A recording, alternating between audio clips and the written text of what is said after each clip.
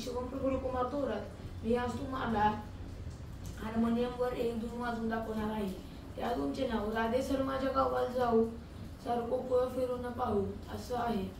धून चालू करण्याच्या आधी मी तुम्हाला नम्र विनंती करतो की तुम्ही माझा channel like, subscribe, share, follow तुमच्या इंस्टाग्राम, फेसबुक आणि यूट्यूबवर करा. धन्यवाद.